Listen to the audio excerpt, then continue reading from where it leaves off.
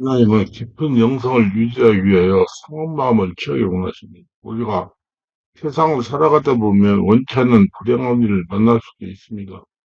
생각하지 못한 충격적인 일을 당할 수도 있습니다. 그 가운데 귀신 들림은 불행한 일 중에도 불행한 일입니다.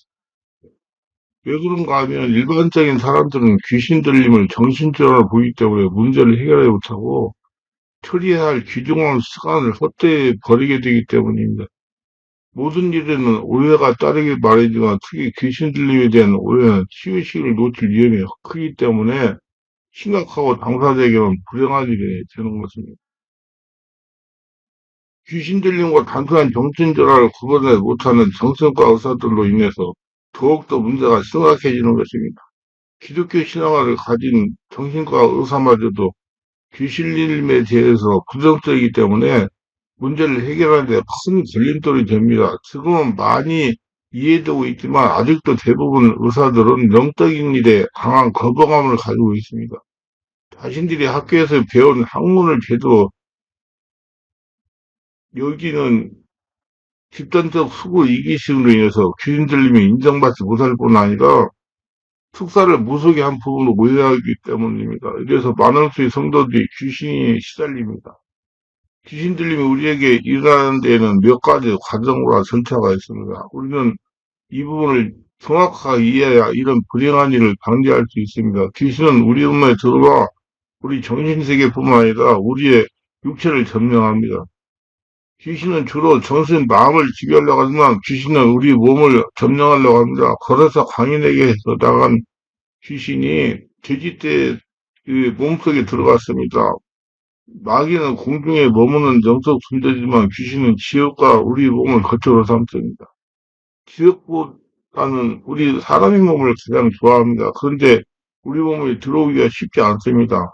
우리가 받아들이지 않으면 절대로 들어올 수가 없습니다. 한번 들어온 귀신이 나가려고 하지 않으려고 온갖 속임수를 다 사용하는 까닭에 다시 들어갈 몸을 얻지 못하고 떠돌아다녀야 할 고통 때문인 것입니다.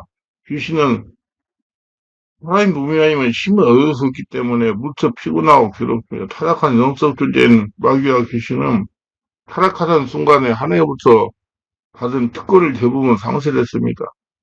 이것을 우리가 타락함으로써 에덴의 특권을 상실하고 수고하여 일해야 하는 고통스러운 삶을 살아야 할 것과 똑같은 이치입니다.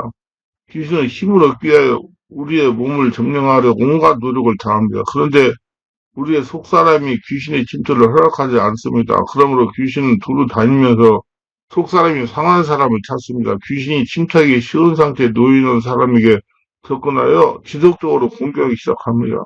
귀신의 공격을 받은 사람은 속사람이 매우 심각하게 손상을 입은 사람입니다.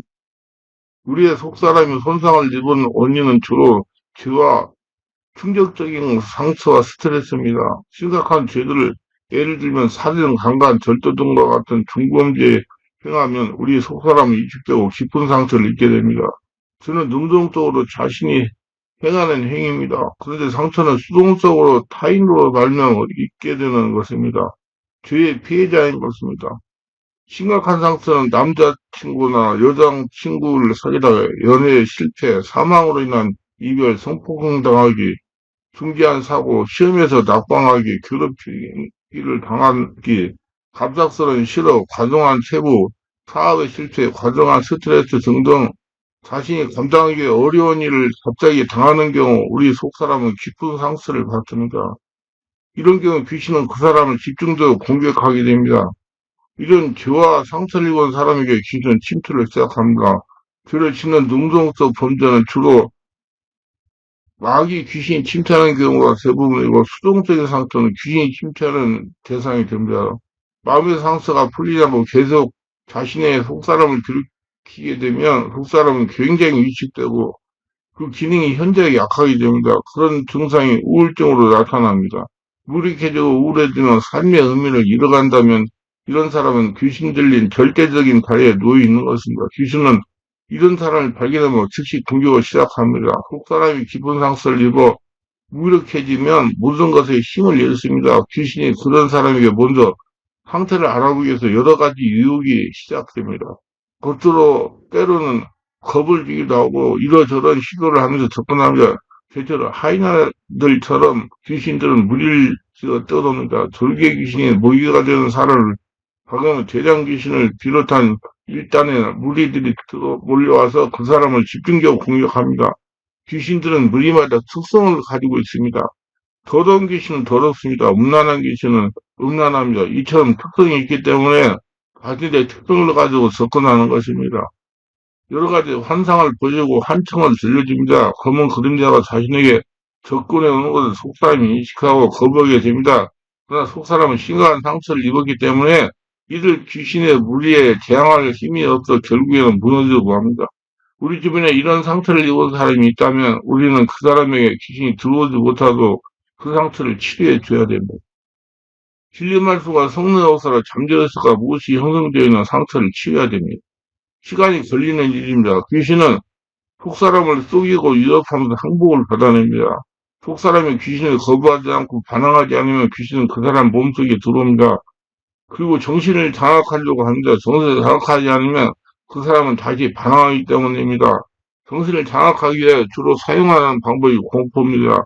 두려워서 반항할 용기를 내지 못하도록 심각하게 위협합니다. 이런 위협과 공포로 인해서 귀신이 시키는 대로 행동하게 된다. 웃으라면 웃고 울라면 울고 무릎을 꿇으면 저가 꿇습니다. 옷을 벗으라면 벗고 가자면 가고 누우라면 눕습니다. 철저히 행동을 통제함으로써 귀신이 그 사람을 자기를 마음대로 다루게 되는 것입니다. 그러면서 귀신들은 그 사람의 몸에 자신들의 집을 견고하게 만들기 시작합니다. 이것이 귀신의 집입니다. 그 사람은 끊임없이 반항하지만 귀신들 공격으로 인해서 그들을 물리치지 못합니다. 귀신들의 사람이라 할지라도 속 사람이 죽은 것이 아니므로 간헐적으로 구조 신호를 보냅니다. 우리는 이 신호를 알아채지 못하고 넘겨버립니다. 다행히 신호를 알아차리고 수사를 하거나 적절한 도움을 주므로 귀신들 공격에서 풀려나오는 경우가 있습니다. 심각한 사건을 경험한 후 3년 이내에 적절한 조치를 하지 않은 채로 방치한다면 심각한 귀신 들림에 걸릴 수가 있고 귀신이 그 사람을 온전히 지배할 수가 있습니다. 상처는 귀신 들림이 일으키는 통로입니다. 상처를 취하지 않은 채로 둔다면 귀신이 이 사실을 발견하였을 것이고 하이에나처럼 집중도 공격을 받게 되고 마침내 그 무기가 되고 맙니다. 주변에 아픈 상처로 인해서 어려워하는 사람이 있다면 성령으로 세례받게 하고 상처를 치료하고 속사람을 강건하게 해줘야 됩니다. 본인이 기도하게 해야 돼요. 상처를 입은 사람은 스스로 자신 상처를 감당할 수 있는 능력이 없습니다. 그리고 주변에서 도와줘야 됩니다. 언제까지는, 어느 정도까지는. 육신의 상처는 세근에 몰려오지만 마음의 상처는 귀신이 몰려옵니다. 그렇기 때문에 상처가 무의식에 심기지 못하도록 해야 됩니다. 예를 들면 길을 가다가 사소리나 기타 등도 깜짝 놀랄 경우가 있습니다.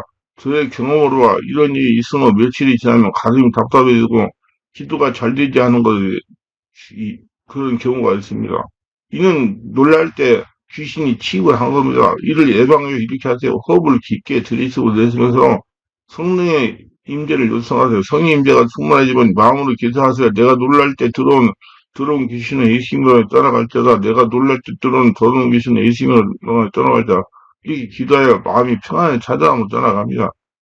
너무나 크게 소리 질거나 조용조용 얘기해도 다 따라갑니다. 불안이나 두려움이 엄청날 경우가 있습니다. 이 마음의 상처나 영적인 침입이 있다는 증거입니다. 우리에게 성령이 역사하면 평안합니다. 자신이 이것을 불안하고 두려움이 엄청날 경우는 악한 기운이 나에게 역사하는 것을 성령께서 자신에게 알려주는 것입니다. 이때는 호흡을 깊게 들이쉬고 내쉬면서 성령의 지배를 요청합니다. 성령의 지배가 충만해지면 마음으로 명령을 하세요. 나를 불안하게 하는 더러운 귀신의 예수님으로 떠나갈지어다. 나를 불안하게 하는 귀신의 예수님으로 떠나갈지어다. 자꾸 호흡을 하면서 재력기를 합니다. 이때 중요한 것은 성령의 지배하여 부드럽고 가벼운 소리로 명령을 합니다. 악을 쓰면서 떠나가라, 떠나가라 하는 기도는 육성의 강함으로 3차원이므로 4차원의 귀신이 떠나가지 않습니다. 성령의 임재에 부드러운 영의 소리로 가볍게 명령하며 떠나갑니다. 귀신 들림은 우리들의 죄와 상처를 발판해서 귀신이 불법적으로 우리에게 침체 들어오는 것입니다. 그 초기에는 단번에 축사로 완치가 되지만 시간이 많이 흐르면 귀신이 내성이 생기고 우리 영이 심하게 위축되어 치유가 쉽지 않게 됩니다. 이를 방지하기 위해 성나라서 온몸 기도를 오래 해야 됩니다. 혼자 기도해서는 치유가 어렵고 전문적인 임상 경험이 많은 성령 세례 충만받은 멘토의 도움을 받으면 좋습니다. 의지적으로 강력한 기도를 해야 됩니다.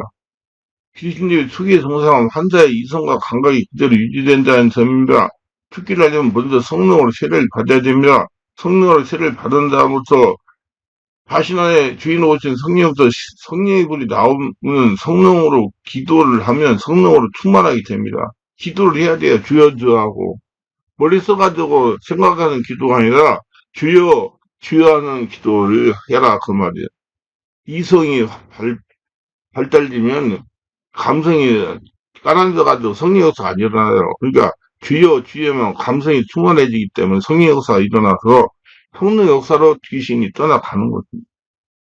성령을 충만하게 되면 될수록 귀신들은 정체가 폭로되므로 귀신이 도망치게 되는 겁니다. 성령 역사가 잠재의식 상처들이 현재에서 드러나서 마음의 상처가 치유되기 시작합니다. 마음의 상처가 치유되면 될수록 상처 뒤에 숨어있던 귀신의 정체가 폭로되더니 도망치기 시작합니다. 잠재의 상처가 치유되지 않으면 귀신 축사에도 다시 들어옵니다. 그래서 성령 세례받고 죽어서 잠재의 상처를 막 치료해야 돼요. 그때가 월화 금토에 우리의 충만한 기회는 집중 치료, 온몸 기도 집회를 하는 거잖아요. 그러면 쉽게 사역은 내적인 상처를 먼저 치워 귀신을 축사해야 됩니다. 귀신은 축사보다 사실 내면 성전의 경고가 지어진 일에 집중해야 됩니다. 그래야 귀신이 떠나가요. 자신의 흥정이 지어지지 않으면 떠나갔던 귀신은 다시 침입하기 때문입니다.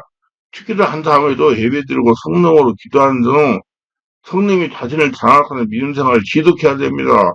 더 많은 것들은 내적 상처 스스로 치유하는 기도문과 내적 상처 투시 완전치유라는 책이 있습니다. 그 책을 읽어보시기를 바랍니다. 기도합니다. 오늘도 저희 설교를 끝까지 시청하시면 축복하서 구독, 좋아요, 알람 설정 공유하시면 축복하시고 성령으로 세례받고 충만받아 내면의 상처를 치유하여 더러운 귀신이 자신 안에 들어와 집을 지지 못하게 하고 온전히 한량의 성전 뒤에 하늘의 복을 거둬들이며 평안하게 건강하게 하나님 영광을 드리며 살아가는 복된 자가 다 되었어서 예수님의 이름으로 기도드리나이다. 아멘.